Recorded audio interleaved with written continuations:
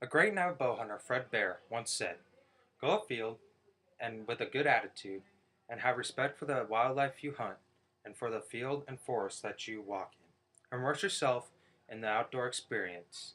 It will cleanse your soul and make you a better person." But deer hunting's been a big part of my life. I've been deer hunting ever since I was 4 years old, going with my dad. But hunting is just more than killing the animal that you pursue.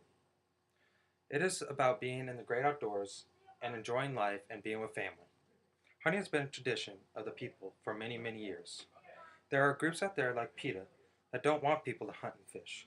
Groups like PETA that don't want people hunting, but people have been hunting for centuries and love the sport of hunting. Hunting is a cherished tradition in some parts of the U.S., including the Midwest in which we live in, and us hunters don't want that tradition to end. Outdoor extremists would understand because they are in the great outdoors every day and they enjoy hunting and fishing. These are activities that are enjoyed by many people that spend time in the outdoors and have the love of nature. There are some people, and almost too many people, that are out there that just don't want people to hunt and want to ban hunting forever. If you don't know who the biggest contender in the anti hunting industry is, then here it is PETA. You have all probably heard this name at least once in your life, if you remember.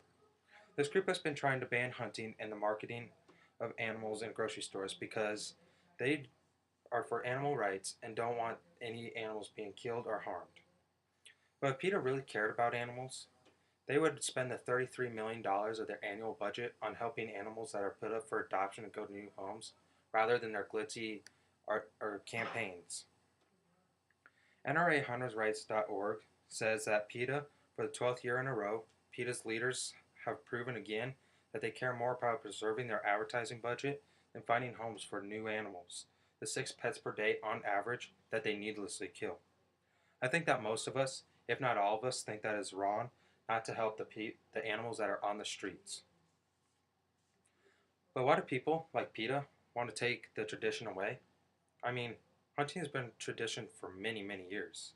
But some people want to take that away, even though it is a way of life for some.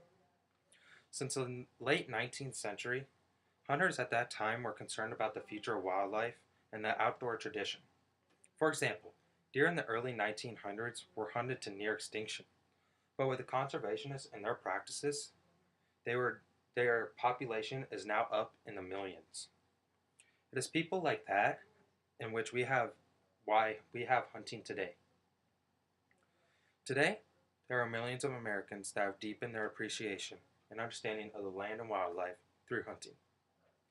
According to the U.S. Fish and Wildlife Service, hunting is an important tool for wildlife managers and gives resource managers a valuable tool to control populations of some species. If we didn't have hunting, then the carrying capacity of their habitat would exceed their limit and threaten the overall species. None of us want the entire species to die off just because they run out of food after having so many animals. Not only would that species die off, but their predators. For example, if we didn't hunt white-tailed deer every year, then the deer would run out of plants or food to eat. And then once they run out of food, then they would start to die off. But once they start dying off, their predators like coyotes and mountain lions would end up starving because they didn't have enough food. It is a chain reaction. There are also people out there that love the sport of hunting as much as I do. Some of those people think that if anybody wants to hunt, then they should have that right. Ask any of the 12.5 million people that like to hunt, and they will say people like PETA just really need to mind their own business. I know I would. Hunting is a great experience for the younger generation to get into because they don't get attracted and sucked into the technology that we have today, like computers, television, and texting. Not only is it for the experience and the excitement, but it is also for the economy, such in states like Kansas. There are nearly 280,000 hunters that come from out of state that enjoy Kansas' rich and group of habitat and game species each year. According to Senator Jerry Moran, nearly one-third of those, that 280,000, happen to be from out-of-staters. In Kansas, they earn nearly $489 million in hunting, and that money supports more than 5,850 jobs. Personally, has a lot of jobs, and if they didn't have the sport of hunting, then those 5,850 jobs would be lost.